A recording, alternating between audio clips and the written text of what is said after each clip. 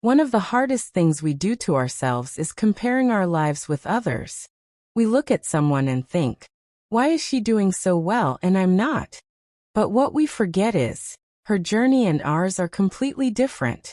If a fish spends its whole life trying to fly like a bird, it will always feel like a failure, even though it can swim through the entire ocean with ease.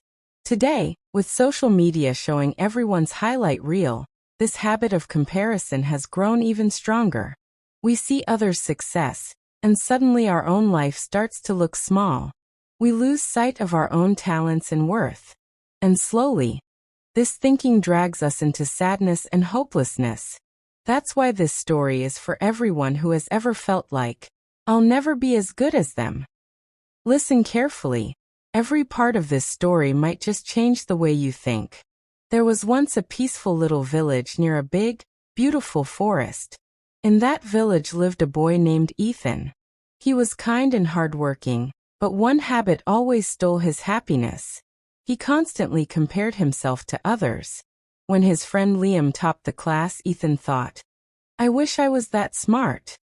When his rich neighbor Ryan bought something new, Ethan sighed, I wish I had money like him. Even when he saw someone running fast, he'd think, why can't I do that? These thoughts ate away at his peace. He lost interest in studies and stopped enjoying life.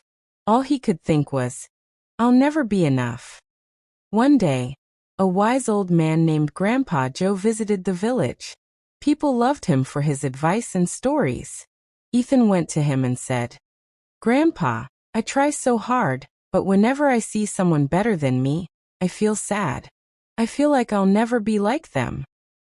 Grandpa Joe smiled and said, Come meet me tomorrow morning near the oldest tree in the village. You'll find your answer there. The next morning, Ethan arrived at the tree. Grandpa Joe was already waiting. He said, Look around, Ethan. What do you see? Ethan looked carefully. There are so many trees here, some tall, some short, some full of fruit, and some with none. Grandpa Joe smiled. Now imagine if the apple tree said, I wish I were tall like the coconut tree, or if the coconut tree said, I wish I had sweet fruits like the apple. How would that sound? Ethan laughed. That would be silly, Grandpa. Exactly, Grandpa Joe said. Now tell me, how does this whole forest look to you? Ethan replied, It feels peaceful and beautiful. Everything looks perfect just as it is. Grandpa Joe nodded. That's the secret, my boy.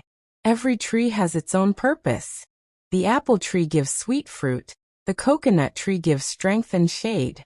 They're different, but both matter. Life is the same. Every person has their own strengths. Then Grandpa Joe took Ethan to a pond. Fish swam gracefully in the water, while a bird soared across the sky. Grandpa Joe said, Now imagine if the fish said, I wish I could fly like that bird. Would that make sense? Ethan smiled. Of course not. Fish are made to swim, not fly. Exactly, said Grandpa Joe gently. So why are you trying to be someone else? You have your own path, your own gifts. Maybe you just haven't discovered them yet. Those words opened Ethan's eyes. He realized how much time he had wasted trying to be like others. From that day on, he focused only on his own growth. He stopped comparing and started believing in his abilities. Slowly, his confidence returned. He worked hard and followed his own path. And years later, Ethan built a successful business. The same boy who once doubted himself became an inspiration for the whole village. Whenever someone asked him, What's your secret to success? Ethan would smile and say, Never compare yourself to others. A fish that tries to fly will always feel like a failure, but a fish that learns to swim well can rule the ocean. Remember, the sun and the moon never shine together, yet both are equally important.